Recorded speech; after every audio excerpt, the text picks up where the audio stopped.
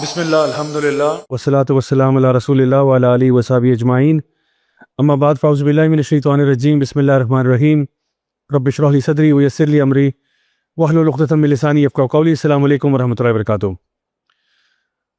اللہ کے فضل سے جی آج ہم لوگوں نے 22واں پارہ جو ہے اس کی تلاوت کچھ سنی ہے، اور اس میں سورہ احزاب بھی آئی ہے، اور الحمدللہ آج آخری عشرے کا بھی آغاز ہو چکا ہے رمضان کے، آج تاک رات بھی ہے، سو اس لیے سب سے زیادہ جو دعا ہمیں اس میں مانگنی چاہیے، بے شمار دعائیں بھی آپ مانگ سکتے ہیں، لیکن سب سے زیادہ جو دعا مانگنی چاہیے، اللہ کے نبی صلی اللہ علیہ وسلم نے فرمایا وہ یہ دعا ہے، اللہم انک عفو تحب العفو فاعف عنی۔ اے اللہ تو معاف کرنے والا ہے، تجھے معاف کرنا پسند ہے تو مجھے معاف کر دے، یعنی میرے گناہوں کو بالکل صفحہ ہستی سے مٹا دے، ان کو ڈیلیٹ کر دے، ان کو اریز کر دے، ان کا کوئی نام و نشان باقی نہ رہے۔ تو یہ دعا سب انشاءاللہ کثرت سے آج کی رات میں ضرور مانگیں، اللہ تعالیٰ ہم سے قبول فرمائے۔ اب ہم سورہ احزاب میں آگے پڑھتے ہیں۔ آج ہمارا جو ٹاپک ہوگا وہ ریوالو کرے گا regarding the concept of modesty in Islam. دین اسلام کے اندر ماڈسٹی اور حیا کا جو تصور ہے وہ آخر کیا ہے، اور اسی سورہ احزاب میں اللہ سبحانہ تعالیٰ سب سے پہلے تو ایک بیس کریٹ کرتے ہیں یہ فرما کر، لقد کان لکم فی رسول اللہ اسوۃ حسنہ، کہ تمہارے لیے جو بہترین رول ماڈل ہم نے پیدا کیا ہے وہ نبی کریم صلی اللہ علیہ وسلم کی ذات ہے۔ جو شخص بھی اللہ تعالیٰ سے ملنے کی امید رکھتا ہے، قیامت کے دن اجر حاصل کرنا چاہتا ہے، تو اس کو چاہیے کہ وہ اللہ کے نبی صلی اللہ علیہ وسلم کو اپنا رول ماڈل بنائے۔ تو چاہے وہ آپ کے دنیاوی معاملات ہوں، دینی معاملات ہوں، لوگوں کے ساتھ معاملات ہوں، ہر اعتبار سے اللہ کے نبی صلی اللہ علیہ وسلم کی جو لائف ہے وہ ہمارے لیے ایک کمپلیٹ گائیڈنس کے لیے بہت کافی ہے کہ اگر ہم اسی کو ایمولیٹ کریں۔ اور اسی سلسلے میں اللہ سبحانہ تعالیٰ نے اللہ کے نبی صلی اللہ علیہ وسلم کو سورہ الاحزاب کی آیت نمبر 59 میں تلقین کی کہ یا ایھا النبی قل لازواجک و بناتک و نساء المؤمنین، کہ اے نبی آپ اپنی ازواج کو اور اپنی بیٹیوں کو اور جتنی بھی عورتیں ہیں مسلمانوں کی ان کو بتا دیجئے، کیا بتا دیجئے، یدنین علیہن من جلابیبہن۔ تو یہ کہا گیا کہ ان کو چاہیے کہ وہ جب باہر نکلیں تو وہ اپنی چادروں کو اپنے سڑوں کے اوپر اوڑھ لیا کریں، اپنے آؤٹر گارمنٹس کو پہن لیا کریں، یعنی جب بھی نان محرم کے سامنے آتی ہے تو ان کو ایک خاص ڈریس کوڈ کے بارے میں بتایا جا رہا ہے۔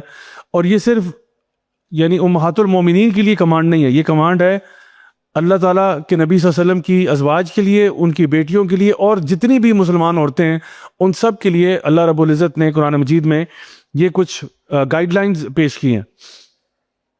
اب ایک تو چیز یہ ہے کہ اپنی حسن و جمال کو اسی آیت میں، یعنی اسی سورہ میں آیت نمبر 33 میں بتایا گیا کہ اپنے جو زینت ہے اس کو چھپانا، نامحرموں کے ساتھ باہر نکلتے وقت اس چیز کا خیال رکھنا۔ پھر اس کے علاوہ آیت نمبر 32 میں یہ کہا گیا کہ اپنی سپیچ کو، اپنی آواز کو اس طرح مت کرنا کہ جس کے دل میں کجی ہے، جس کے دل میں ٹیڑھا پن ہے، وہ آپ کی بات سے غلط تاثر لے یا غلط مطلب لے۔ تو یہاں تک احتیاط کے بارے میں کہا گیا، اور یہ کہ جب آپ اپنے گھر سے باہر نکلیں تو پراپر طریقے سے اپنے آپ کو کور کر کے باہر نکلیں۔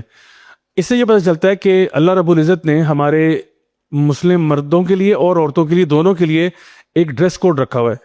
خواتین کا جو ڈریس کوڈ ہے وہ یہ ہے کہ جو بھی لباس آپ کا ہوگا جب آپ باہر نکلتے ہیں، گھر کے اندر تو آپ خاصے ریلیکس ہو سکتے ہیں، خاصے آپ ایزی ہو کے آپ اپنے کپڑے پہن سکتے ہیں، لیکن جب آپ گھر سے باہر نکلیں تو آپ کو کہا گیا کہ سر سے پاؤں تک آپ کور ہونا چاہیے۔ خواتین کی بات کر رہا ہوں، کپڑے آپ کے اتنے ٹائٹ نہیں ہونے چاہیے جس سے آپ کا فزیک، آپ کا فگر جو ہے وہ ظاہر ہوتا ہے۔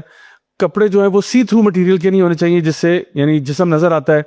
اس کے علاوہ یہ کہ عورتیں مردوں کی مشابہت نہ کریں، مرد جو ہیں وہ عورتوں کی مشابہت نہ کریں۔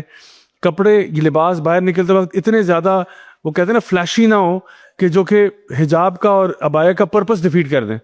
یعنی حجاب عبایا بھی اگر اتنا آپ نے فلیشی قسم کا پہن لیا جو کہ اٹینشن اٹریکٹ کر رہا ہے تو it defeats the entire purpose.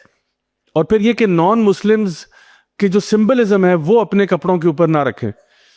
تو اس کا یہ مطلب ہوا کہ کوئی ایسے کراس پہننا یا کوئی اور ایسا سمبل پہننا، یا ہندوؤں کی طرح وہ جو ماتھے کے اوپر کوئی بندی وغیرہ لگا لینا، اس طرح کی چیز کرنا، یہ جس سے ایسے لگے لوگوں کو کہ شاید یہ مسلمان نہیں ہے، ایسے شک میں لوگوں کو مبتلا نہ کریں۔ ایک خاص قسم کا ڈریس کوڈ بتایا گیا خواتین کے لیے، یہ قرآن و حدیث میں بہت واضح ہے۔ اسی طرح سے مردوں کے لیے جو بیر منیمم کور کرنے کا بتایا گیا ہے وہ ہے کہ ان کی جو سطر ہے وہ ان کے ناف سے لے کر ان کے گھٹنے تک ہے۔ اپنی ناف سے لے کر گھٹنے تک یہ بیر منیمم ہے. لیکن ویسے کہا گیا کہ جب آپ مساجد کی طرف جاتے ہیں تو پوری زینت اختیار کریں, اچھا لباس پہن کر جائیں, اچھے کپڑے پہن کر جائیں. پھر اسی طرح سے مردوں کا جو لباس ہے وہ بھی بہت زیادہ ٹائٹ فٹڈ نہیں ہونا چاہیے, بہت زیادہ سی تھرو نہیں ہونا چاہیے. اسی طرح سے مردوں کو بھی نہیں چاہیے کہ وہ عورتوں کی مشابہت کریں, مرد ایسے لباس پہنیں جو عورتوں والے ہیں. آج کل اللہ معاف کرے جو فیشن شوز ہوتے ہیں اس میں جو مردوں نے لباس پہنے ہوتے ہیں بندہ کانوں کو ہاتھ لگاتا ہے بھائی یہ کون سے لباس ہیں. تو یہ بھی بڑا آج کل ایک چیز چل رہی ہے, کیونکہ پوری دنیا جو ہے نا وہ جو یہ LGBT والی موومنٹ چلی تھی تو وہ ہر قسم کے کپڑے بھی وہ ہو گئے, یونیسیکس ہو گئے کہ مرد عورتوں والے پہنے, عورتیں مردوں والے پہنے, بس مکس ہو جائے سارے کے سارے. تو اسی طرح سے پھر مردوں کے لیے بھی یہ بات منع ہے کہ وہ نان مسلمس کے سمبل جو ہیں وہ پہنے, گلے میں کوئی وہ کراس پہننا شروع کر دیں یا کوئی سمبل ایسا ہو جو کہ غیر مسلموں کی مشابہت کرتا ہو. تو ان چیزوں سے پرہیز کرنے کے لیے کہا گیا. اور اللہ سبحانہ تعالیٰ نے سورہ اعراف میں یہ بات ارشاد فرمائی تھی وَلِبَاسُ التَّقْوَىٰ ذَلِكَ خَيْرٌ, اور یہ جو تقویٰ کا لباس ہے وہ سب سے بہترین ہے. یعنی کہ اصل بات یہ ہے کہ ایک تو ظاہری چیز ہے نا کہ آپ نے اپنے آپ کو پراپر طریقے سے کور کیا, پراپر طریقے سے آپ اپنے آپ کو کیری کرتے ہیں, کنڈکٹ کرتے ہیں, that's one thing. The other thing is کہ آپ تقویٰ کا لباس پہنیں, یعنی کہ آپ کا جو کیریکٹر ہے اس سے یہ جھلکنا چاہیے کہ آپ اللہ سے ڈرنے والے ہیں, آپ گناہوں سے دور رہتے ہیں, آپ بے حیائی کی طرف نہیں جاتے. یہ آپ کی پرسنالٹی کے اندر چیز نظر آنی چاہیے. اور یہ کیسے ہوگی وہ میں آپ کو کچھ اس کے بھی گائیڈ لائنس بتا دیتا ہوں کہ ہمارا دین اس معاملے میں ہماری کیا رہنمائی فرماتا ہے. اللہ کے نبی صلی اللہ علیہ وسلم کی ایک حدیث ہے, آپ نے فرمایا اِنَّا لِكُلِّ دِينٍ خُلُقٌ وَخُلُقُ الْإِسْلَامِ الْحَيَاءُ, یقیناً ہر دین کا کوئی نہ کوئی بنیادی کردار ہوتا ہے, بنیادی کچھ ایٹریبیوٹس ہوتے ہیں, اور جو اسلام کا بنیادی کردار ہے وہ حیا ہے. یعنی کہ ایک اور حدیث میں آپ نے فرمایا اگر تمہاری حیا نہیں ہے تو پھر جو مرضی کرو اس کے بعد. اور انہوں نے فرمایا کہ جب تمہاری یعنی حیا اور ایمان دونوں ساتھ ساتھ ہیں, اگر ایک چلا جاتا ہے دوسرا بھی چلا جاتا ہے.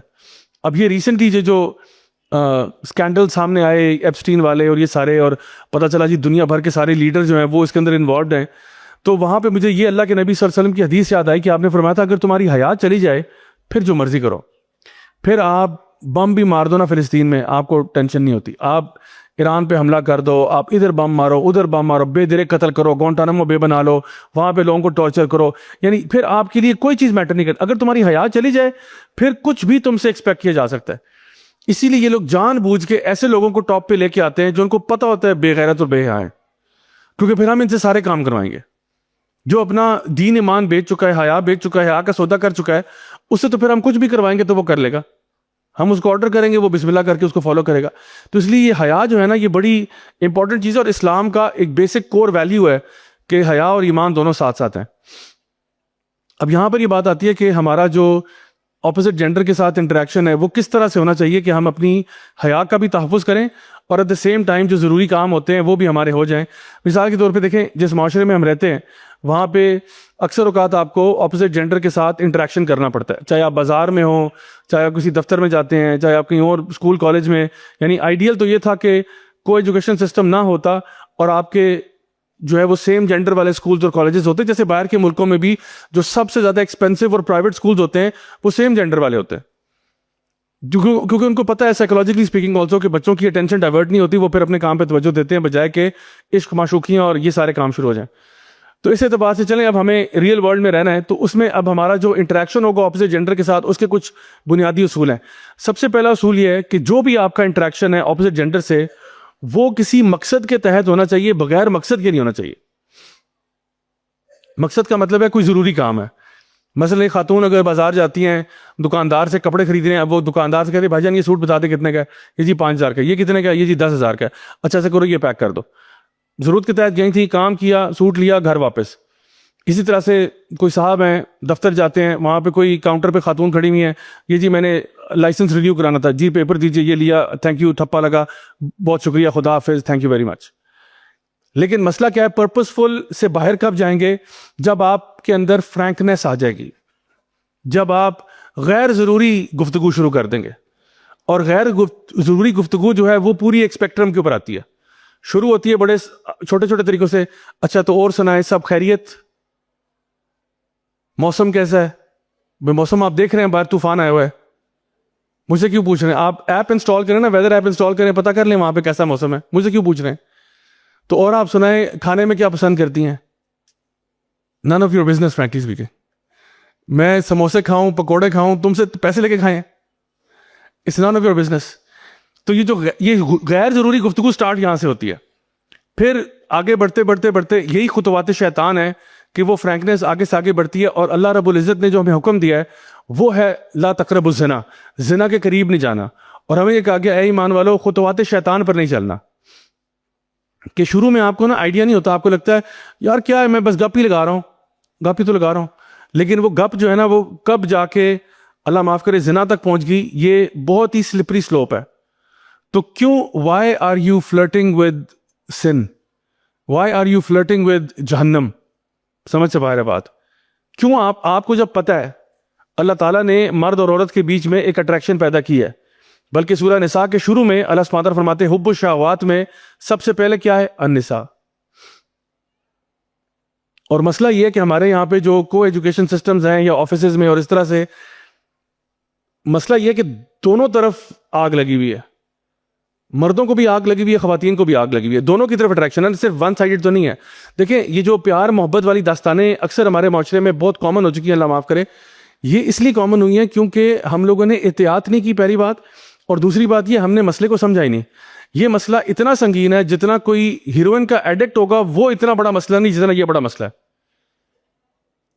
کیونکہ جو ہیروئن کا ایڈکٹ ہے نا, وہ تو ہیروئن کو چاہتا ہے لیکن ہیروئن اس کو نہیں چاہتی. امیجن کریں اگر ہیروئن کو بھی اتنی آگ لگی ہوتی کہ میں نے بھی کنزیوم ہونا ہے اس کے ہاتھوں, تو سوچیں اس کے لیے ہیروئن سے رکنا کتنا مشکل ہو جاتا. ایک اور مثال دیکھیں کہ اگر ایک امیجن کریں آپ بازار جاتے ہیں کسی کسائی کے پاس اور وہاں سے آپ نے گوشت لیا ہے اور آپ نے کہا بھائی یہ قیمہ جو ہے نا بنا کے مجھے دے دیں. آپ نے لفافے میں قیمہ ڈالا, آپ گھر کی طرف پیدل ہی روانہ ہو گئے, کیونکہ آج تو پتہ ہے پیٹرول شارٹیج ہوئی ہے, تو پیدل ہی تھے آپ. تو پیدل آپ جا رہے ہیں جی, قیمے کا لفافہ لے کے, گلی کے کتے آپ کے پیچھے پڑ گئے. اب آپ کیا کر رہے ہیں, قیمے کو بچا رہے ہیں گلی کے کتوں سے. کبھی آپ لفافہ ادھر کر رہے ہیں, کبھی ادھر کر رہے ہیں, پھر کتے آپ کے پیچھے تیزی سے بھاگ رہے ہیں, پھر آپ بھاگ رہے ہو. تو ابھی تو یہ صرف کتے قیمے کو چاہ رہے ہیں, قیمہ کتوں کو نہیں چاہ رہا. تو بچانا کتنا مشکل ہو رہا ہے آپ کے لیے. امیجن کریں اگر قیمے کو بھی آگ لگ جائے کہ میں نے بھی کتے کے پیٹ میں ہی جانا ہے, سوچیں آپ کا کام کتنا مشکل ہو جائے گا. تو میں اس لیے کہہ رہا ہوں یہ جو اسکولوں میں, کالجز میں, دفاتر میں ہو رہا ہے نا, یہ دونوں طرف آگ لگی ہوئی ہے. اس لیے کوکین کی ایڈکشن اتنا بڑا مسئلہ نہیں جتنا یہ بڑا مسئلہ ہے کہ ان کو اب کیسے روکیں. اسی لیے اللہ سبحانہ تعالیٰ نے بار بار قرآن مجید میں یہ چیزیں بتائی جا رہی ہے, خطوات شیطان سے بچو, زنا سے بچو, ان چیزوں سے بے حیائی سے بچو. اسلام کا بنیادی اصول ہی حیا ہے, حیا کے اوپر آ جاؤ, حیا پہ آ جاؤ. اللہ کے نبی صلی اللہ علیہ وسلم کی کتنی احادیث اس کے اوپر موجود ہیں. تو یاد رکھیے جو انٹریکشن آپ کا ہوگا, it has to be very professional. Male female interaction ہوگا, تمیز سے جو کام کی بات ہے وہ کریں اور آگے چلیں. آپ کو بھی پتا ہے اور مجھے بھی پتا ہے کب ہم اس کانورسیشن کو فرینکنس کی طرف, اور وہ جو کہتے ہیں نا زیادہ چمی ہو رہے ہیں, وہ چمی ہونے کی طرف کہاں جا رہی ہے بات, وہ ہمیں پتہ لگ جاتا ہے کہ یہ بات اب غیر ضروری ہو رہی ہے اور مجھے یہ پوچھنے کی ضرورت نہیں ہے. چھوٹا سا ایک لٹمس ٹیسٹ یہ بھی سوچ لیں کہ کیا میں چاہوں گا کہ میری ماں یا میری بہن یا میری بیوی کسی کے ساتھ اسی طرح سے فری ہو کے بات کرے جیسے میں ان کے ساتھ کر رہا ہوں؟ سوچنے والی بات ہے. آپ خود اندازہ لگائیں, کیونکہ ہمیں بھی پتہ ہے ہماری انٹینشن کیا اور ہم کس نیت سے ان کے ساتھ یہ بات کر رہے ہیں. تو پہلی چیز یہ, جو بھی انٹریکشن میل فیمیل کا ہوگا وہ کسی مقصد کے تحت ہونا چاہیے, بغیر مقصد کے نہیں ہونا چاہیے, پہلی بات. دوسری بات, وہ ہمیشہ پبلک میں ہونا چاہیے, پرائیویٹ میں نہیں. مقصد کے تحت بات بھی اکیلے میں نہیں ہونی چاہیے. کیوں؟ کیونکہ اللہ کے نبی صلی اللہ علیہ وسلم نے فرمایا کہ جب بھی دو نامحرم اکٹھے ایک ساتھ ہوتے ہیں اکیلے, تو ان کے بیچ میں ایک تیسرا بھی ہوتا ہے, اور وہ کون ہوتا ہے؟ وہ شیطان ہوتا ہے. تو آپ جتنا مرضی نہیں ایکچولی وہ تو میری چھوٹی بہن کی طرح ہیں, نہیں وہ اصل میں نا ہم لوگ, آپ کو پتہ ہے المؤمنون اخوہ, سارے آپس میں مسلمان بھائی بھائی ہوتے ہیں, تو وہ بھی میری بہن کی طرح ہیں. صرف سگی بہن ہی بہن ہوتی ہے آپ کی, ٹھیک ہے. یہ جو ہماری کہانیاں نا کہ نہیں اور یہ بھی ہمارے بچپن سے نا کبھی کبھار پیرنٹس بڑی غلط تربیت کر دیتے ہیں بچوں کو, کیا کہ کوئی بات نہیں بیٹا آپ ان کے ساتھ چلے جاؤ, یہ آپ کے بڑے بھائی ہیں, کچھ نہیں ہوتا, کوئی بات نہیں بیٹا یہ تو آپ کی بہن لگتی ہیں کچھ, لیکن وہ ہیں تو نہیں. اور میں آپ کو اس طرح کی درجنوں کہانیاں سنا سکتا ہوں جہاں پہ ایسے معاملات ہوئے کہ وہ آپس میں یہی ریلیشن شپ تھا کہ جی بڑے بھائی ہیں بڑی بہن ہے, اور اللہ معاف کرے بہت سنگین گناہ ہو گیا اس کے بعد. دو کزنس کا میں آپ کو واقعہ بتاتا ہوں جن کی لانگ اسٹوری شارٹ یہ کہ the guy was 17, the girl was 15 I think, اور کزنس تھے, آنا جانا تھا, پریگننسی ہو گئی, ان میرڈ ہیں, دور دور تک کوئی نام و نشانی ہے. اب سمجھاؤ اپنے پیرنٹس کو کہ یہ کیا ہوا ہے, اب سمجھاؤ اپنے پیرنٹس کو کہ without marriage now I am pregnant. یہ میں کوئی لنڈن کی کہانی، یہ پاکستان کی سنا رہا ہوں آپ کو. ایک اور کہانی پاکستان کی یہ تھی کہ مجھے یاد ہے بچپن میں جب ہم لوگ اسکول میں تھے تو ہمارے ایک بھائی جان ہوتے تھے مجھ سے سال میں مطلب 2-3 سال بڑے تھے. تو وہ ایک اور باجی تھی، وہ ان سے بھی بڑی تھی 3-4 سال. تو ان سے ٹیوشن پڑھنے جاتے تھے. تو ہم چونکہ پنڈی بوائز تھے، ہم ان کو ذرا چھیڑتے تھے کہ بڑی ٹیوشنیں پڑھ رہے ہیں بھائی، کیا سین ہے. حالانکہ وہ مطلب دیکھیں نا، وہ مجھ سے 2 سال بڑے تھے. میں تب کلاس 9th میں تھا، وہ 11th میں تھے. ٹھیک ہے. اور وہ جو باجی تھی وہ ان سے 4 سال بڑی تھی. میرا خیال ہے وہ گریجویشن کرنے والی تھی یا کوئی ایسی بات ہے. تو ہم ان کو چھیڑتے تھے، بھائی جان آپ بڑی ٹیوشنیں پڑھ رہے ہیں یہ وہ. تو انہوں نے کہا نہیں یار، وہ تو میری بڑی بہن کی طرح ہیں، وہ تو مطلب باجی ہیں. اور وہ بھی یہی کہتی تھیں کہ یہ میرا چھوٹا بھائی ہے. لانگ اسٹوری شارٹ یہ کہ کوئی 7-8 سال کے بعد ان کی شادی ہو گئی. تو پھر جب شادی ہوئی تو ہم نے کہا ہاں جی وہ باجی آئی نہیں ہے. تو بھائی کیوں آپ یعنی خطوات شیطان پہ کیوں چل رہے ہیں آپ؟ چلیں وہ تو اللہ کا کرم ہے، اللہ کا لاکھ شکر ہے، شادی ہوگی، نکاح ہو گیا. لیکن عام طور پہ نکاح نہیں ہوتا. تو اس لیے جب اللہ تعالیٰ نے کچھ کمانڈمنٹس دیے نا، اس کے پیچھے کچھ وجوہات ہیں. تو جو بھی انٹریکشن ہے وہ مقصد کے تحت ہونا چاہیے، پبلکلی ہونا چاہیے، پرائیویٹلی نہیں. اور پبلک کا مطلب یہ ہے کہ آڈیو ویڈیو دونوں آنا چاہیے. یہ نہیں کہ وہ پبلک میں وہ دور درخت کے نیچے بیٹھے ہوئے ہیں جاوید اور پروین. تو بھئی ویڈیو تو نظر آ رہے، آڈیو نہیں آ رہی. تو یا تو مائک لے جاؤ ان کے پاس، بھائی جان آپ کی آواز نہیں آ رہی، طرح کی مائک پکڑ لیں. یہ والا مائک جو میرا یہاں لگا ہوا ہے نا، یہ لگا دیں ان کو کہ آپ کی آواز آ جائے گی، تاکہ ہمیں بھی فائدہ ہو جائے. آپ اچھی باتیں کر رہے ہوں گے، ظاہری بات ہے ہم آپ کے بارے میں حسن ظن رکھیں گے، خیر کی بات ہی کر رہے ہوں گے، کوئی قرآن و حدیث کی بات ہی چل رہی ہوگی آپ کے بیچ میں. مجھے یاد ہے ہم ایک دفعہ ایک یونیورسٹی میں گئے تو ہمارے ساتھ ایک بھائی تھے. ہم لوگ وہ کرتے ہیں اسٹریٹ دعوت ٹائپ نا، جہاں پہ لوگوں سے جو ہے نا انگیج کرتے ہیں. ایک لڑکا لڑکی اسی طرح دک کے نیچے بیٹھے تھے. تو ہمارے ایک بھائی تھے یوتھ کلب کے، وہ ان کے پاس گئے، کہتے ہیں ماشاءاللہ آپ لوگ، اتنے خوشی ہوئی دیکھ کے کہ آپ لوگوں کا نکاح ہو چکا ہے اور آپ لوگ یہاں بیٹھے ہوئے ہیں. اتنا فخر ہے نا مجھے کہ آج کل کے نوجوان اتنی چھوٹی عمر میں شادیاں کر رہے ہیں. تو وہ لڑکا کہتا ہے نہیں ہماری شادی تو نہیں ہوئی. تو کہتا ہے بھائی پھر یہاں بیٹھے کیوں ہو؟ تو اس نے پہلے اتنی تعریف کی کہ آپ ماشاءاللہ نکاح ہو چکا ہے، کتنی بڑی بات ہے یار، اتنی چھوٹی عمر میں آپ لوگ نکاح کر لیتے ہو یار، اور یونیورسٹی میں آ رہے ہو یار، آپ کو سلام ہے یار، آپ کو سلام ہے. تو کیسے کہتے ہیں میرا نکاح ہی نہیں ہوا. تو اس نے کہا بھائی جان اگر نکاح نہیں ہے تو پھر یہاں اکیلے بیٹھے کیا کر رہے ہو؟ پتہ نہیں کتنی بری بات ہے یہ. سو ایک طریقہ کار ہوتا ہے کہ آپ نے اگر بیٹھنا بھی ہے، آپ پبلک سیٹنگ میں ہوں گے اور وہ کسی مقصد کے تحت بات ہوگی، غیر ضروری بات ہے. اور تیسری چیز یہ ہے کہ اگر آپ کا انٹریکشن ہے بھی تو وہ کم سے کم ہونا چاہیے، یعنی کہ اس کو بغیر وجہ کے ملٹیپل انٹریکشنز آپ کو نہیں کرنے چاہیے. You should keep it to the point. For example اگر ایک میٹنگ ضروری تھی تو بس ایک میٹنگ ہی ضروری ہے. ضروری نہیں ہے کہ آپ 2 اور 3 اور 4 کریں. لمیٹڈ رکھیں ان کو. جو میٹنگز ہیں، جو کانورسیشنز ہیں، ان کو لمیٹڈ رکھیں. جتنا اشد ضرورت ہے بس اتنا ہی کرنا ہے، اس سے ایک میٹنگ اوپر نہیں کرنی. ہوتا ہے نا کوئی ایونٹ پلان کرنا ہوتا ہے، کوئی ایکٹیویٹی ہوتی ہے، کوئی اور چیز ہوتی ہے، بس جتنی ریکوائرڈ ہے اتنی، اس سے اوپر نہیں جانا. تو یہ دیکھیں، یہ آپ جانتے ہیں، آپ کا رب جانتا ہے، اور اللہ آپ کے دلوں کے حال بھی جانتا ہے کہ یہ جو آپ نے تیسری میٹنگ کال کی ہے، کیا یہ ضرورت تھی یا نہیں تھی. ہو سکتا ہے کسی چیز کے لیے 1 ریکوائرڈ ہو، کسی کے لیے 2، کسی کے لیے 3. تو وہ آپ کو پتا ہے کہ واقعی میں کتنا ریکوائرڈ ہے. اس سے اگر ایک بھی میٹنگ اوپر ہوگی نا، تو وہ اللہ جانتا ہے کہ آپ کس قسم کی ڈنڈی مار رہے ہیں اس پورے معاملے کے اندر. دیکھیں اصل بات یہ ہے کہ ہمارا دل جو ہے نا، یہ بڑی ویلیبل چیز ہے. قیامت کے دن اللہ تعالیٰ نے آپ کا دل ہی دیکھنا ہے. یوم لا ينفع مال ولا بنون الا من اتى الله بقلب سلیم. اس دن اللہ تعالیٰ فرماتے ہیں نہ تمہارا مال دیکھوں گا، نہ تمہاری اولاد دیکھوں گا، صرف تمہارا قلب سلیم دیکھوں گا کہ کون صاف دل لے کے آ رہا ہے. حدیث میں فرمایا اللہ کے نبی صلی اللہ علیہ وسلم نے کہ اللہ تعالیٰ تمہارے چہرے نہیں دیکھتا، اللہ تعالیٰ تمہارے کپڑے نہیں دیکھتا کہ تمہارے لباس کتنے پیارے ہیں، اللہ تعالیٰ تمہارے دل کی حالت دیکھتا ہے. تو یہ دل جو ہے نا، یہ بڑا ایکسپینسو چیز ہے، اور جو بھی راستے اس دل تک جانے والے ہیں ان کا دفاع کرنا ہمارے لیے فرض ہے کہ ہم اپنے دل کو پھسلنے سے بچائیں. کیونکہ یہ دل گیا نا تو سمجھیں اللہ کے پاس کچھ بھی نہیں لے کے جائیں گے ہم. اللہ تعالیٰ فرما رہے ہیں یوم لا ينفع مال ولا بنون. اس دن نہ مال نہ اولاد، صرف الا من اتى الله بقلب سلیم. بس جو قلب سلیم لے کر آئے گا وہی کامیاب ہوگا، ادروائز کچھ نہیں چاہیے تم سے. کفن جو ہے نا، اس کی جیبیں شیبیں کوئی نہیں ہے، نہ پیسہ جا رہا ہے نہ کچھ جا رہا ہے، بس اللہ تعالیٰ آپ کے اعمال ہی دیکھے گا. تو اس لیے اپنے دل کی حفاظت کریں. تو دل کے لیے راستے کیا ہیں، کس کس راستے سے لوگ آپ کے دل میں اترتے ہیں؟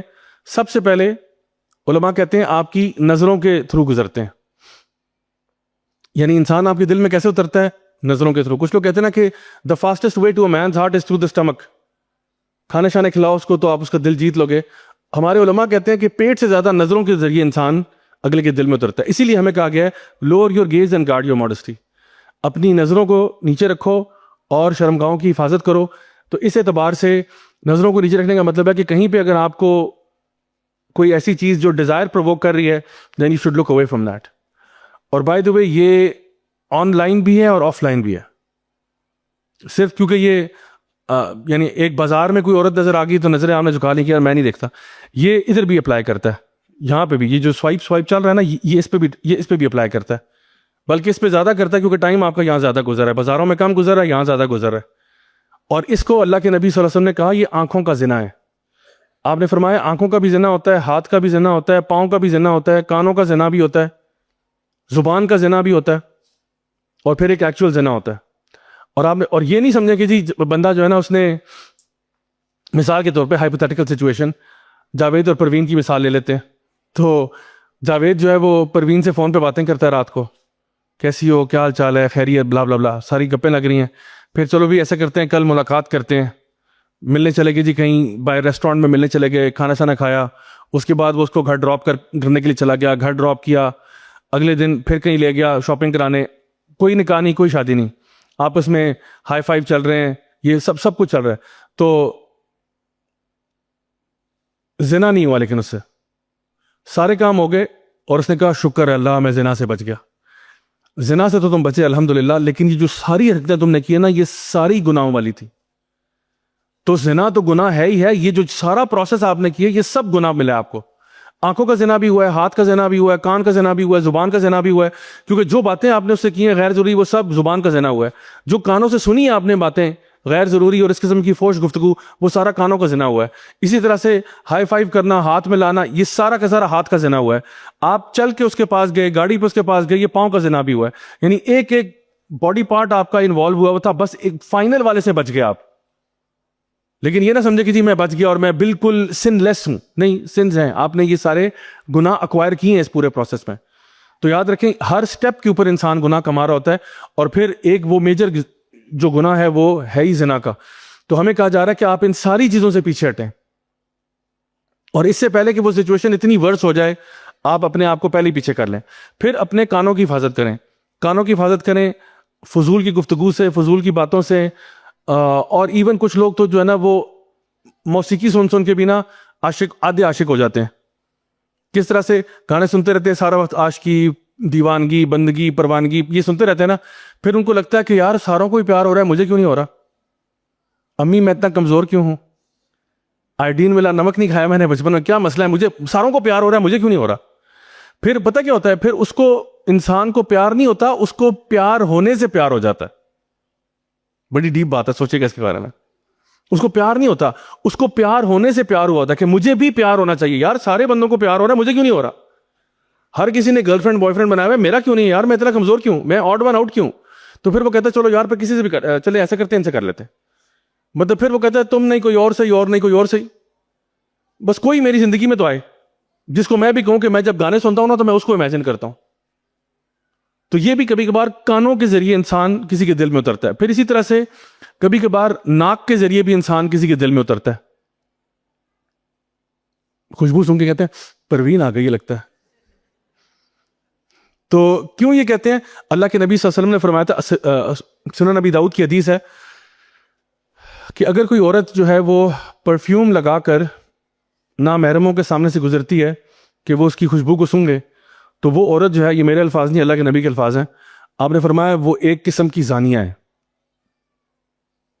شی از اے ٹائپ آف اڈلٹرس. جس طرح انہوں نے کہا تھا نا کہ آنکھوں کا زنا، کان کا زنا، انہوں نے کہا جو پرفیوم لگا کے عورت کی بات کی جا رہی ہے، کیونکہ مین اینڈ ویمن آر ڈفرنٹ. مرد ڈفرنٹ طریقے سے آپریٹ کرتے ہیں، خواتین ڈفرنٹ طریقے سے آپریٹ کرتی ہیں. جو چیزیں مردوں کو ہائپر ایگزیجریٹڈ وے میں اٹریکٹ کر رہی ہوتی ہیں، ڈیزائر اور لسٹ کو پرووک کر رہی ہوتی ہیں، وہ ایگزیکٹلی سیم نہیں ہے جو خواتین کو پرووک کر رہی ہوتی ہیں. اللہ تعالیٰ نے دونوں کو مختلف بنایا. تو اس لیے کہا کہ جو عورت جو ہے وہ پرفیوم لگا کے باہر اس طرح نامحرموں کے بیچ میں جاتی ہے کہ وہ اس کی خوشبو کو سونگے، تو وہ ایک قسم کی زانیہ ہے. جس طرح آنکھوں کا زنا کرنے والا مرد جو ہے وہ بھی ایک قسم کا زانی ہے، یہ بھی قسم کا زانی ہے. تو یہ سارے کی ساری کیٹیگری میں آ رہے ہیں، اور یہ اللہ کے ہاں گناہ گار لوگ ہیں. پھر اللہ کے نبی صلی اللہ علیہ وسلم نے فرمایا کہ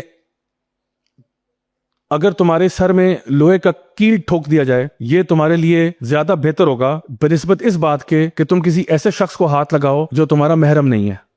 تمہارے سر میں اگر لوہے کا کیل ٹھوک دیا جائے، یہ زیادہ آسان ہوگا تمہارے لیے، یہ زیادہ فیوریبل ہوگا تم اس کو زیادہ پسند کرو گے اگر تمہیں یہ بتایا جائے کہ جو تم نے نامحرم کو ہاتھ لگایا نا، ہاتھ لگایا، ابھی میں فل فزیکل کی بات نہیں کر رہا، میں صرف ہاتھ لگانے کی بات کر رہا ہوں، ہاتھ جو تم نے نامحرم کو لگایا اس کے بدلے میں جو تمہیں سزا ملنی تھی نا، وہ اگر تمہیں پتہ چل جائے، تم بسم اللہ کر کے کہو کہ وہ لوہے کا کیل ٹھوک دیں میرے سر میں، یہ ایزی تھا. جو اس کے بعد ہوگا وہ تم برداشت نہیں کر سکو گے.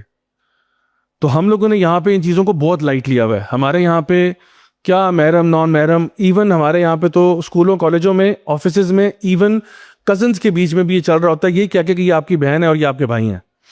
کزن جو ہے وہ آپ کا محرم نہیں ہوتا، اور ان سے گلے ملنے کا رواج اور گالوں پہ چومنے کا رواج اور ملنے جلنے کا رواج، یہ جو سارے معاملات ہیں ان سے بچنا چاہیے. انسان کو اپنی حیا کی خود حفاظت کا احساس ہونا چاہیے کہ بھئی میں نے اس طرح انگیج نہیں کرنا. ہاں آپ اپنی فیملی میں یہ پہلا قدم اٹھائیں گے، لوگ آپ کو پاگل بھی کہیں گے، لوگ آپ کو کہیں گے مولوی ہو گئے ہیں، فلاں ہو گئے ہیں، لیکن 1000 دفعہ یہ مولوی ہونا قبول ہے لیکن اللہ کی نافرمانی قبول نہیں ہے. اللہ کے نبی صلی اللہ علیہ وسلم کی نافرمانی قبول نہیں ہے. مجھے آپ مولوی کہہ لیں، مجھے آپ جو مرضی کہیں، ہر انسان کے لیے چیلنج ہوتا ہے، آپ کے لیے بھی ہوگا. لیکن یہی تو بات ہے نا، اللہ تعالیٰ نے، ہم نے کل آیت پڑھی تھی کہ کیا آپ کو لگتا ہے کہ جی آپ کہیں گے جی آمنا تو اللہ تعالیٰ آپ کو ٹیسٹ نہیں کرے گا؟ آپ نے کہا جی میں ایمان لاتا ہوں تو اللہ آپ کو آزمائے گا، ضرور آزمائے گا. دیکھنا تو یہ آپ کتنے پانی میں واقعی میں آپ اللہ والے ہیں یا نہیں اللہ والے. تو یہ کچھ چیزیں جن کا ہمیں خاص خیال رکھنا ضروری ہے. اسی کے ساتھ ساتھ میں کچھ واقعات آپ کے سامنے رکھتا ہوں. شیخ صالح المنجد کی کتاب ہے سلسلہ مفسدات القلوب، دل کا بگاڑ نام سے اردو کے ترجمے میں بھی اویلیبل ہے. اس میں وہ جہاں پہ یہ شہوت کے گناہوں کی بات کرتے ہیں وہاں پہ ایک واقعہ شیئر کرتے ہیں. ایک شخص تھا جو مصر میں رہتا تھا اور ایک مسجد کا مؤذن تھا، یعنی کہ اس مسجد کے چھت پہ چڑھ کے اذان دیا کرتا تھا. تو کہتے ہیں کہ جہاں پہ وہ اذان دیتا تھا اس مسجد کے نیچے جو گھر تھا سامنے، وہ ایک عیسائی پادری کا تھا، عیسائی پادری کا. اور اس عیسائی پادری کی جو بیٹی تھی وہ بڑی پیاری تھی، بڑی خوبصورت تھی. تو یہ ایک دن گیا جی اذان دینے کے لیے، اس نے کہا اللہ اکبر، اللہ اکبر. ابھی اللہ اکبر وہاں نظر پڑی تو اس پہ فدا ہو گیا، ادھر ہی اذان چھوڑ دی، دیکھنا شروع کر دیا. اب یہ آنکھوں کا زنا ہو رہا ہے نا، دیکھنا شروع کر دیا، دیکھتا رہا دیکھتا رہا دیکھتا رہا. وہاں سے پھر یہ نیچے اترا، اس کے گھر گیا، دروازہ کٹکھٹایا. اس نے دروازہ کھولا، اس نے کہا ہاں جی. اس نے کہا جی میں آپ کو یہ بتانا چاہتا ہوں کہ آپ نے میرے ہوش اڑا دیے ہیں اور میرا دل آپ کے اوپر لٹو ہو چکا ہے اور میں آپ کی محبت میں گرفتار ہو چکا ہوں. اس نے کہا بات سنو، میں ایک عیسائی پادری کی بیٹی ہوں اور تم مسلمان ہو، اور تمہارے ساتھ میرا کوئی تعلق واسطہ نہیں ہو سکتا. میں ایک شریف لڑکی ہوں، میں اس قسم کی بات نہیں کرتی. اگر تم نے کچھ کرنا ہوگا تو تم میرے ساتھ شادی کرو، ورنہ اس کے علاوہ میں تمہارے ساتھ کوئی بات نہیں کرنا چاہتی. تو اس نے کہا ٹھیک ہے میں شادی کرنے کے لیے تیار ہوں. اس نے کہا لیکن میں تیار نہیں ہوں کیونکہ میرے والد محترم میری شادی کسی مسلمان سے نہیں کرائیں گے، وہ کروائیں گے شادی تو کسی عیسائی سے کرائیں گے. اس نے کہا ٹھیک ہے میں عیسائی بننے کے لیے تیار ہوں. اس نے کیا کیا، اس نے وہیں پہ کہا کہ جی میں اسلام سے برات کا اعلان کرتا ہوں اور میں عیسائی بننا چاہتا ہوں. ادھر سے پادری صاحب آ گئے، پادری کے وہ پاؤں پڑ گیا. اس نے کہا جی مجھے بتائیں میں نے کیا کرنا ہے، مجھے بیپٹائز کریں، جو بھی کریں، میں عیسائی بننا چاہتا ہوں کیونکہ میں چاہتا ہوں کہ میں آپ کی بیٹی سے شادی کر لوں، آپ ان سے رضامندی پوچھ لیں. اس نے کہا جی اگر یہ عیسائی ہو جاتا تو میں شادی کر لیتی ہوں. باپ نے کہا ٹھیک ہے. اس نے جو بھی اس کے اوپر پڑھنا تھا پڑھا. اس نے کہا چلو بھائی اب تم کراس پکڑو اور وہ سارا کچھ کرو اور اقرار کرو کہ نعوذ باللہ ثم نعوذ باللہ عیسیٰ علیہ السلام جو ہیں وہ اللہ رب العزت کے نعوذ باللہ بیٹے ہیں، اس کا اقرار کرو. جو ہمارے ٹیننٹس آف فیتھ ہیں ان کی بات کرو تو تم آج سے عیسائی ہو. چلو جی وہ عیسائی ہو گیا. اس کے بعد شادی کی تاریخ سیٹ ہوئی کہ جی 1 ہفتے کے بعد ان کی شادی ہوگی. جس دن شادی ہوئی، اچھا مسئلہ یہ بھی ہوا کہ اس نے کہا کہ جی میں اگر عیسائی ہو گیا میں واپس اپنے گھر نہیں جا سکتا. میں گھر گیا، میرے باپ نے مجھے چھتر مارنے، میں رہنے جگہ کہیں کا نہیں ہوں گا، تو اگر آپ برا نہ مانیں میں کچھ عرصے کے لیے آپ ہی کے گھر میں رہ لیتا ہوں اور پھر میں اپنا گھر کا بندوبست کرتا ہوں، سیپریٹ ہوتا ہوں. یہ تو اس پادری نے کہا ٹھیک ہے آپ رہ لو میرے پاس. اچھا شادی ہوئی، ہفتے بعد وہ اسی گھر میں قیام پذیر تھا، سامان وغیرہ اپنا لے کے آ گیا. تو کیا ہوا، شادی جس دن صبح ہوئی ہے اس دن یہ نا رات کے لیے ڈیکوریشنز کے لیے چھت پہ چڑھا ہوا تھا، اسی گھر کے چھت پہ چڑھا ہوا تھا، ڈیکوریشنز کر رہا تھا. وہاں سے پھسلا، گر کے مر گیا. تو شیخ صالح المنجد لکھتے ہیں کہ اس خبیث کو اللہ تعالیٰ نے نہ دنیا دی نہ آخرت دی، نہ اس کو وہ لڑکی مل سکی. شادی تو ابھی تو شادی ہوئی تھی نا، ابھی تو وہ ساتھ اکٹھے ملے ہی نہیں تھے. تو کہتے ہیں اس نے بیڑا غرق کر دیا اپنی آخرت کا بھی اور دنیا کا بھی. اور اللہ تعالیٰ یہی کرتے ہیں ان لوگوں کے ساتھ جو اللہ تعالیٰ کے دین کے ساتھ اس طرح کا مذاق اڑاتے ہیں. کہ مؤذن ہوتا تھا. سوچیں کتنے بڑے اعزاز کی بات ہے کہ یہ مسجد میں اذان دیتا تھا اور اس کی اذان سن کر لوگ آیا کرتے تھے.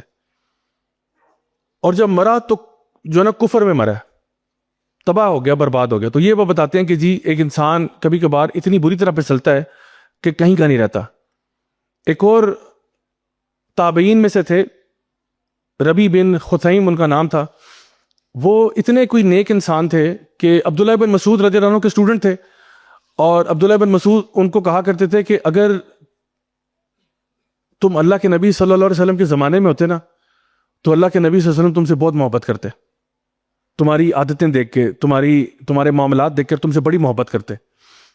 اچھا, یہ جو تابعی تھے یہ کیا کرتے تھے, یہ اپنے گھر میں نا انہوں نے ایک قبر کھودی ہوئی تھی, اور یہ اکثر اس قبر میں لیٹ جاتے تھے اور موت کو نا کانٹمپلیٹ کرتے تھے کہ وہ دن کیسا ہوگا جس دن میں مر جاؤں گا, اور میں نے اللہ کے پاس جانا ہے, میرے پاس کیا میں ریڈی ہوں, کیا میں ریڈی ہوں, آج مرنے کے لیے تیار ہوں, آج مرنے کے لیے تیار ہوں, سوچتے تھے. تو بہت اللہ کا تقوی رکھتے تھے, بہت اللہ سے ڈرنے والے تھے. اچھا, اس زمانے میں کچھ لوگ تھے, کچھ یہودی تھے, ان کو لگا کہ اگر ہم ربی بن خثیم کو کرپٹ کر لیں گے نا, اس کو کسی فتنے میں ڈال دیں گے, تو جتنے بھی لڑکے اور یوتھ ان کو فالو کرتے ہیں نا وہ بھی سارے کے سارے دین سے پھر جائیں گے. تو انہوں نے کیا کیا, انہوں نے اس علاقے کی جو سب سے زیادہ مشہور ترین پروسٹیٹیوٹ تھی اس کو ہائر کیا, اس کو 1000 دینار دیا. اور یہ کہا جاتا ہے کہ اس علاقے کی بھی اور اس کے باہر کے علاقے کی بھی سب سے خوبصورت ترین عورت تھی, اس کو انہوں نے 1000 دینار دیا, 1000 دینار, اور کہا کہ تم جا کے نا ربی بن خثیم کو جا کے سیڈیوس کرو, ان کو جا کے فتنے میں ڈالو, اور وہ جب پھسل جائیں گے تو ہم مذاق اڑائیں گے اور کہیں گے دیکھو تمہارے جو روحانی پیشوا ہوتے ہیں ویسے ہوتے ہیں, اور اسلام کے اوپر اٹیک ہوگا. اب اس میں ایک جو سائیڈ نوٹ ہے وہ یہ ہے کہ تھرو آؤٹ ہسٹری ایسے لوگ آئے ہیں جنہوں نے مسلمان امت کو ڈسٹروائے کرنے کے لیے یہ کیا ہے کہ ان کی جو ٹاپ لیڈرشپ ہے ان کو کسی نہ کسی اسکینڈل میں پھنسانا, کسی چیز میں پھنسانا, انٹریپ کرنا, ان پہ کچھ چیز بنانا, تاکہ جو لوگ ہیں نا عوام الناس وہ اپنے دین سے ہی متنفر ہو جائیں, اور پھر ایسی سٹوریز کو بھی بڑھا چڑھا کے لوگوں میں پیش کرنا کہ دیکھو یہ ہو گیا, وہ ہو گیا, تمہارے مولوی نے فلاں کر دیا, تاکہ لوگ اسلام سے متنفر ہو جائیں. مسئلہ مولوی سے متنفر کرنا نہیں, اسلام سے متنفر کرنا ہے. تو انہوں نے 1000 دینار دے کر اس عورت کو ہائر کیا اور کہا کہ بھئی کسی طرح سے آپ نے ان کو جا کے اپروچ کرنا ہے.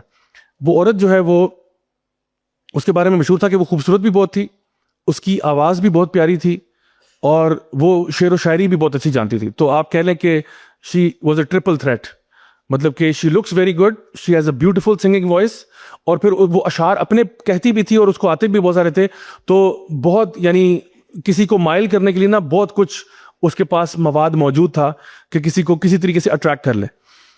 تو اس کو انہوں نے کہا کہ جی آپ ان کے پیچھے جائیں. تو اس نے کیا کیا کہ وہ یہی کوئی عصر کی نماز کا ٹائم تھا, تو وہ مسجد کے پیچھے جا کے نا ویٹ کرنا شروع ہوگی کہ ابھی حضرت نماز پڑھ کے آئیں گے تو میں ان کو پھر فالو کرتی ہوں, ان کے گھر تک جاتی ہوں. تو یہی ہوا, ربی بن خثیم جو ہے وہ وہاں سے نکلے اور مسجد سے نکلے, اپنے گھر کی طرف جا رہے تھے. تو جیسے ہی وہ گھر پہنچتے ہیں اور دروازہ کھولنے لگے تو اس عورت نے ان کو آواز لگائی, ربی کہہ کر بلایا. انہوں نے پیچھے مڑ کے دیکھا تو یہ عورت وہاں کھڑی تھی. اس نے جو سر پہ چادر لی ہوئی تھی وہ چادر اتار دی اس نے, اور اس نے پھر کچھ اشعار پڑھے, اور ان اشعار میں اس نے کہا کہ کیا تم دیکھتے نہیں ہو کہ تمہارے سامنے ایک حسین عورت موجود ہے جو تم سے بے حد محبت کرتی ہے, پیار کرتی ہے. اب یہ سارا شعر و شاعری میں ہو رہا ہے اور گا کے سنا رہی ہے کہ تم سے بے حد محبت کرتی ہے, پیار کرتی ہے, اور وہ چاہتی ہے کہ بس کچھ دیر کے لیے ہی صحیح ہم ایک ساتھ مل جائیں, چاہے کچھ لمحوں کے لیے صحیح. ربی بن خثیم آگے سے کچھ اشعار میں جواب دیتے ہیں اور کہتے ہیں کہ وہ دن کیسا ہوگا جب تیرا جسم بخار میں لپٹا ہوا ہوگا اور تو بڑھاپے کو پہنچ چکی ہوگی. وہ دن کیسا ہوگا جب ملک الموت تیرے اوپر نازل ہوگا اور وہ تیری اس مردے جسم میں سے تیری روح نکال رہا ہوگا. اور مجھے بتا وہ دن کیسا ہوگا جب تجھے قبر میں ڈالا جائے گا اور 2 فرشتے منکر اور نکیر وہاں پہ اتریں گے اور تجھ سے پوچھیں گے من ربوں کا, ما دینوں کا, من نبیوں کا. تو اے عورت یہ بتا اس دن تو کیا جواب دے گی؟ مشائخ لکھتے ہیں کہ وہ عورت چیخ مار کے نا بے ہوش ہو گئی, وہاں پہ چیخ ماری اس نے اور وہ بے ہوش ہو کے گر گئی. پتہ چلا بعد میں اس نے several months later یا years later اس نے اسلام قبول کر لیا, اس نے اپنے گناہوں سے توبہ کی, اور کہتے ہیں کہ وہ بہت بوڑھی عمر میں فوت ہوئی, ایمان کی حالت میں فوت ہوئی, لیکن اس کا جسم واقعی میں اتنا سکڑ چکا تھا اور بخار کی حالت میں تھا, جیسا کہ ربی بن خطیم نے ذکر کیا تھا کہ وہ دن کیسا ہوگا جس دن تو بخار کی حالت میں, تیرا جسم نہ تکلیف کی حالت میں ہوگا, اور تیرا حسن و جمال سب ختم ہو چکا ہوگا, اور تو ایک بوڑھی عورت ہوگی, اور لاچار قسم کی بوڑھی عورت. کوئی اپنے وائلڈسٹ ڈریمز میں بھی نہیں امیجن کر سکتا ہوگا کہ یہ کوئی حسن و جمال کی ملکہ ہوتی تھی. مجھے بتا وہ دن کیسا ہوگا. تو تھی وہ ایمان پر ڈیتھ ہوئی, اللہ کا کرم ہے, لیکن حالت اس کی بالکل وہی تھی کہ سارا حسن چلا گیا, سب کچھ چلا گیا. My dear brothers and sisters, یہ وہ لوگ تھے جو اس بات کو اچھی طرح جانتے تھے کہ اللہ تعالیٰ فرماتے ہیں قرآن مجید میں, فَأَمَّا مَنْ خَافَ مَقَامَ رَبِّهِ وَنَهَى النَّفْسَ عَنِ الْهَوَىٰ فَإِنَّ الْجَنَّةَ هِيَ الْمَأْوَىٰ. جو اللہ کے سامنے پیش ہونے سے ڈرتا رہا اور جس نے اپنے نفس کو قابو کیا, اللہ تعالیٰ فرماتے ہیں جنت اسی کے لیے. فَإِنَّ الْجَنَّةَ هِيَ الْمَأْوَىٰ. دو کام کرنے ہیں, اللہ کے سامنے پیش ہونے سے ڈرنا, مجھے پتہ ہونا چاہیے میں نے ایک دن اللہ کے سامنے پیش ہونا ہے. فَمَن يَعْمَلْ مِثْقَالَ ذَرَّةٍ خَيْرٍ يَرَهُ وَمَن يَعْمَلْ مِثْقَالَ ذَرَّةٍ شَرٍّ يَرَهُ. جو ذرہ برابر میں نے خیر کا کیا ہوگا وہ بھی اس دن سامنے آ جائے گا, جو ذرہ برابر میں نے شر کا کیا ہوگا وہ بھی اس دن سامنے آ جائے گا. جس کو تو دائیں ہاتھ میں کتاب ملے گی وہ کہے گا ہاؤ مقرأ کتابی, میری کتاب پڑھو دیکھو میں پاس ہو گیا. جس کو بائیں ہاتھ میں ملے گی اس کو کتاب کھولی نہیں, لیکن اس کو پتہ میں فیل ہو گیا ہوں. کتاب کھولے گا کہے گا ما لی ھذا الکتاب لا یغادر صغیرۃ ولا کبیرۃ الا احصاها. کیسی عجیب کتاب ہے کہ چھوٹے سے چھوٹا بڑے سے بڑا سب کچھ اس میں لکھا ہوا ہے. تو جو شخص اللہ کے سامنے پیش ہونے سے ڈرتا رہا کہ میں نے اللہ کو فیس کرنا ہے, ایک دن میرا حساب کتاب ہوگا. وَنَهَى النَّفْسَ عَنِ الْهَوَىٰ. اور اپنے نفس کو قابو کیا. دل تو بہت چاہ رہا تھا یار کہ یہ کام کر دوں, دل تو بہت چاہ رہا تھا, خدا کی قسم بڑا دل چاہ رہا تھا, لیکن اللہ کو ناراض نہیں کر سکتا. محبت تو اس سے بڑی ہے لیکن اللہ سے زیادہ نہیں ہے, تو اس نے اس چیز کو چھوڑ دیا. اللہ تعالیٰ فرماتے ہیں جو یہ کرے گا نا اس کے لیے جنت ہے. تو جو بھی ہمارے معاملات ہیں لوگوں کے ساتھ, اس میں یہ جو سیلف ریسٹرینٹ ہے نا, سیلف کنٹرول ہے, جہاد بن نفس ہے, یہ بہت بڑی چیز ہے. اللہ تعالیٰ فرما رہے ہیں جو یہ کرے گا اس کے لیے جنت ہوگی. تو میری دعا ہے کہ اللہ تعالیٰ ہمیں ہر قسم کی بے حیائی اور فحاشی اور عریانی سے بچائے. اللہ تعالیٰ ہمیں اپنے نیک اور صالح بندوں میں شامل فرمائے, وہ لوگ جو ہر وقت اللہ سے ڈرنے والے ہیں, اللہ کی نافرمانیوں سے دور رہنے والے ہیں, اور اللہ تعالیٰ ہمیں اپنے فیورٹس میں سے چن لے. ہمیں دنیا میں بھی خیر عطا فرمائے اور آخرت میں بھی جنت الفردوس میں اعلیٰ مقام نصیب فرمائے. ربنا تقبل منا انک انت السمیع العلیم وتب علینا انک انت التواب الرحیم. وصلی اللہ تعالی علی خیر خلقہ محمد وعلی آلہ وصحبہ اجمعین برحمتک یا ارحم الراحمین. جزاکم اللہ خیرا والسلام علیکم ورحمۃ اللہ وبرکاتہ.